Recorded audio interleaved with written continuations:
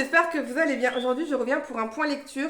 Alors, pour ceux qui arrivent sur la chaîne, il faut savoir que je présente toujours 3 romans et une bande dessinée. C'est mon concept.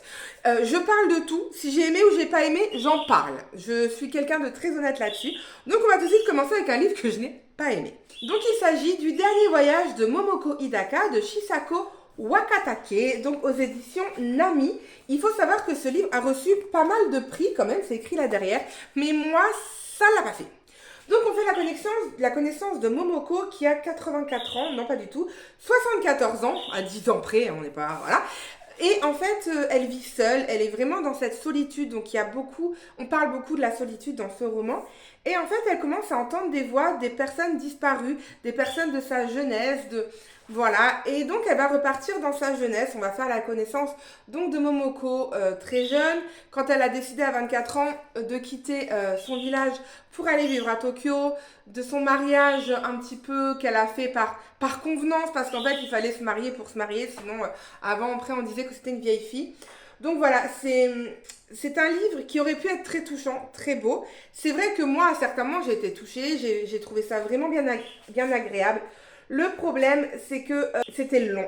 Alors, ce livre fait pas beaucoup de pages, hein, il fait 190 pages, mais j'ai trouvé qu'il était long, qu'il était assez linéaire, il n'y avait pas forcément de côté addictif, et c'est ça, en fait, moi, qui me manque. Voilà, pour moi, ça a manqué de rythme, même si j'ai aimé découvrir les différentes facettes de Momoko, son humour, voilà. Après, j'ai aimé la morale qui est que le bonheur se retrouve un petit peu partout dans notre vie, qu'il ne faut pas attendre le bonheur. Il faut vraiment réfléchir. Ah ben aujourd'hui, je sais pas moi, aujourd'hui j'ai gagné 1 euro en grattant. Ah ben, ça peut être un peu un bonheur. Voilà, il faut pas se dire que le bonheur, eh ben, c'est quand j'aurai une maison, ou quand je serai mariée, ou quand je serai en vacances. Non, c'est ça que j'ai aimé. Mais après, c'est vrai que 190 pages, j'ai pris du temps à lire. C'était pour moi un petit peu long. Mais en tout cas, la couverture est magnifique. Après, ça peut plaire à énormément de personnes. C'est un petit peu style développement personnel. Après, c'est aussi la ligne éditoriale de Nami. Mais là, j'ai trouvé que c'était trop linéaire, pour ma part. Ensuite, un livre que j'ai moyennement aimé.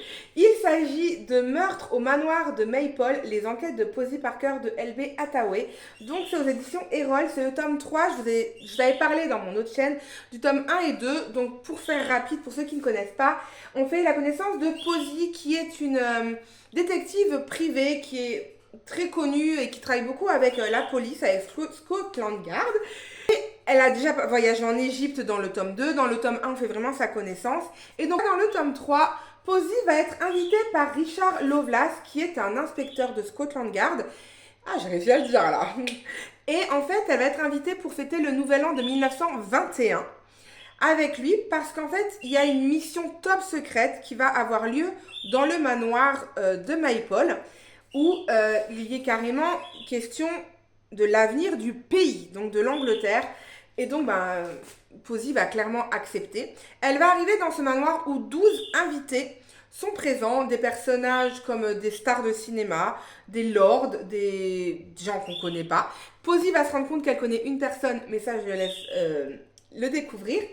Et au final, il va se passer pas mal de choses dans ce livre. Mais moi, mon problème, c'est qu'en fait, il y a 12 invités. Plus Posey, plus Richard Lovelace, plus ensuite les gens qui entourent ces invités. Je m'y suis complètement perdue. Vraiment, je me suis perdue dans toutes ces descriptions, dans tous ces personnages, et je ne savais plus qui était quand, qui était quoi. Et c'est là, en fait, c'est là que ça m'a vraiment déplu. J'ai des problèmes de concentration dus à ma maladie, donc c'est peut-être dû à ça. Enfin, je sais que beaucoup ont aimé. Moi, en tout cas, j'ai adoré le tome 2. Ça, c'est sûr. Donc, je vous conseille de découvrir cette saga. Mais moi, là, j'ai eu quelques petits soucis avec tous ces personnages. Et surtout, il faut savoir qu'il va y avoir des meurtres. 2 meurtres. Et ces meurtres, on sait que ça va arriver, c'est écrit dans la description. Mais ils arrivent à plus de la moitié du livre. Donc pendant la première moitié, il n'y a que des descriptions sur les personnages, sur les cérémonies, voilà. On explique un petit peu l'histoire et les missions. Mais il n'y a pas vraiment de côté addictif avant la moitié du livre. Et quand ça arrive, et ben là on commence. Mais il y a toujours tous ces personnages que je me suis perdue. Donc voilà, j'ai aimé ce roman sans l'aimer, Voilà, j'étais très contente de retrouver Posey. Mais voilà, ça s'arrête là. Je me suis moyennement moyennement pris dans cette histoire, contrairement aux deux autres que j'avais adorés. Donc voilà, est-ce que c'est dû que à moi? Je ne sais pas. Par contre, celui-là, je l'ai adoré. C'est le coup de cœur du mois et peut-être même du trimestre. Je ne sais pas, je dirais pas l'année, mais au moins de quelques temps, je pense. Donc c'est La poussière des souvenirs de Suzanne Abel. Donc en fait, il est sorti aux éditions Charleston il y a quelques temps. Je vous avoue que j'ai un petit peu honte, en 2023.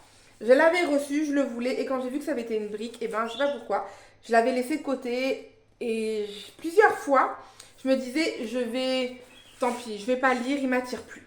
Et au final, je suis une ancienne lectrice Charleston, et donc je vais faire partie du jury des prix Charleston. Et donc en fait, on va recevoir, enfin, je ne vais pas le recevoir, hein, mais pour ceux qui ne l'avaient pas, le format poche, parce qu'il fait partie en fait des prix Charleston. Et je me suis dit, bon ben je vais le lire alors, parce que je ne veux pas voter pour un livre si je ne le lis pas, je vous ai toujours dit, je suis quelqu'un d'honnête. Et donc ben, j'ai décidé de le sortir. Et je m'en veux de ne pas l'avoir sorti plus tôt, vraiment. Donc on est en 2015 où on fait la connaissance de Greta qui a 83 ans. Elle vit très bien dans un confortable appartement, elle a de l'argent, tout se passe bien. Son fils Tom est une star de télé parce qu'il présente le journal télévisé, donc c'est vraiment une star d'Allemagne. Et donc en fait, tout va bien. Mais Greta commence à devenir sénile et donc la démence arrive et elle va partir de temps en temps dans son passé qu'elle n'a jamais parlé à Tom. On va découvrir que Greta a fui la Prusse orientale quand elle était jeune avec sa mère, sa sœur, son grand-père, sa grand-mère, que son père lui est parti sur le front et voilà. Et on va la voir arriver en Allemagne de l'Ouest. Donc déjà, ça, c'est déjà une partie de l'histoire parce que ça prend en trip. Après, oui, c'est des histoires qu'on a déjà lues. Donc voilà, ça prend toujours au trip quand on le lit. Mais je me suis dit, oui, c'est du déjà vu. Donc il n'y a rien de spécial. Au début, c'était ce que je me suis dit.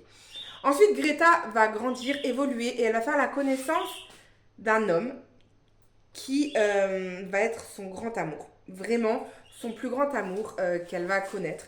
Malheureusement, cet homme est noir. C'est un soldat afro-américain qui est venu en Allemagne pour la guerre. Et elle va tomber sous son charme, ils vont tomber amoureux, ça va durer des années. Vraiment, on va aussi suivre cette histoire. Et ensuite, lui va devoir partir parce que il est soldat, il n'a pas le droit de partir. En fait, il est obligé de suivre ce qu'on lui dit. Et puis, les soldats noirs ont moins de privilèges que les soldats blancs. Donc, en fait, il est tiraillé entre l'amour et ça, mais il va partir. Greta va se retrouver seule. Et voilà, il va se passer plein de choses. Bien évidemment, je ne vais pas vous spoiler. Je ne vous dis pas s'il revient pas. Je ne vous dis rien de tout ça. Mais la seule chose que je vais vous dire, c'est qu'à un moment, sa mère, donc Greta, va dire à Tom, mais elle est où ta sœur? Et Tom va se dire, attends, je suis fils unique, de quoi elle me parle? Et il va partir dans des recherches et donc on va découvrir des histoires vraies qui parlent en fait le sort des bébés biraciaux à la fin de la Seconde Guerre mondiale pendant l'occupation américaine en Allemagne. Et j'ai encore des frissons rien que d'y penser. Voilà, je vous en dis pas plus. C'est tout ce que je vais vous dire. Mais j'ai appris énormément de choses là-dessus et c'était juste magnifique. Dans le sens où c'était très émouvant, très touchant. Et apprendre toutes ces choses horribles, en fait, je savais pas tout ça. Et j'adore apprendre quand je lis des livres. Et là, j'ai vraiment appris beaucoup de choses. Et rien que pour ça, je vous conseille de lire. Alors, il existe en gros format, comme vous pouvez le voir. Mais il existe aussi en format poche, où il va sortir, où il est sorti. En tout cas, notez-vous ce roman, c'est une pépite. C'est une pépite. Et ensuite, j'ai lu cette bande dessinée, plutôt ce roman graphique, que j'ai emprunté à la bibliothèque. C'est Les gens heureux lisent et boivent du café de Agnès Martin-Lugan. Je pense que tout le monde connaît le roman. Moi, je l'avais lu, je n'avais pas aimé. Mais je me suis dit, allez, peut-être que j'ai pas tout à fait compris. C'est un peu comme Nymphéa Noire de Michel Bussy. J'ai pas forcément aimé le livre, mais j'ai adoré la bande dessinée. Je me suis dit, pourquoi pas? Et j'ai bien fait, parce que j'ai adoré cette bande dessinée. Elle est tout à fait cohérente avec le roman. Vraiment, il n'y a pas de choses en moins. Je vous montre un peu les graphiques je sais que, voilà, pour moi, les livres, les romans graphiques, c'est important de découvrir un peu, sans tout vous spoiler, bien évidemment, le thème du graphique. Donc, on fait la connaissance de Diane, pour ceux qui ne connaissent pas le livre, qui a perdu sa fille et son fils lors d'un accident de voiture. Je ne vais pas lire la phrase que je lis. Je l'ai lu il y a 2 minutes pour faire une vidéo TikTok. J'ai eu des frissons de partout et rien que d'y repenser, là, ça me met les larmes aux yeux. Bref, donc elle a perdu son mari et sa fille dans un accident de voiture. Et en fait, pour elle, ben, la vie se fige. À part vivre sur son canapé, elle ne fait rien pendant 1 an. Elle tenait un café littéraire qui s'appelle Les gens heureux. Elle l'a abandonné. C'est son meilleur ami qui s'en occupe. Rien ne va. Et son meilleur ami, au bout d'1 an, lui dit, écoute, maintenant tu t'arrêtes, tu te bouges le cocotier et on va partir sur une île, on va s'amuser à Mykonos, machin et tout. Et elle se dit, mais pas du tout, enfin, c'est pas du tout mon truc. Et elle décide de partir toute seule sur une île en Irlande, ou même, je sais pas si c'est sur une île, ou en tout cas en Irlande. Et pour essayer de se ressourcer, voilà, elle veut rejoindre son mari et sa fille. Et elle va faire la connaissance de Edward, oui. Edward qui est un homme très grognon, pas très sympathique.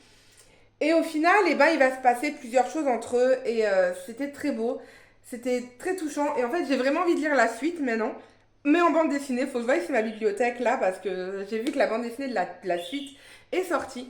En tout cas, il faut savoir que c'est un roman graphique vraiment bien fait sur le thème du deuil, de la reconstruction, de l'amour, de la rupture. Enfin, il y a plein de sujets qui sont emmenés. Elle fait 128 pages, mais elle est très bien traitée. Elle est bourrée d'émotions. Moi, je me suis vraiment prise dans cette histoire et j'ai adoré cette bande dessinée.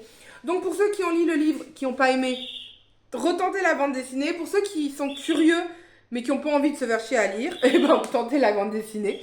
Voilà, en tout cas, moi, je suis contente de l'avoir découvert à la bibliothèque et je vous en reparlerai très prochainement. Donc voilà, n'hésitez pas à me dire vous si vous avez lu certains de ces romans, si je vous ai donné envie de lire de ces livres, à mettre des j'aime, à vous abonner, à partager, enfin voilà, à m'aider en tout cas pour tout ça. Je vous promets que je ne vais vous répondre à vos commentaires parce que ça aussi c'était mon problème, c'est que je disais à chaque fois je vais le faire plus tard, plus tard, plus tard. Au bout de 6 mois, je répondais aux commentaires. Mais au bout de 6 mois, clairement, les gens, ils savaient même plus de quoi je parlais, quoi. Donc là, toutes les semaines, je me poserai, quand je mettrai la vidéo en ligne, je me poserai pour répondre aux commentaires de la vidéo d'avant. Voilà, c'est mon programme. En tout cas, j'espère vous voir nombreux sur ma chaîne. Et merci à ceux qui m'ont suivi. Je vous souhaite une bonne journée, une bonne nuit, tout ce que vous voulez. Et je vous dis à très vite. Ciao!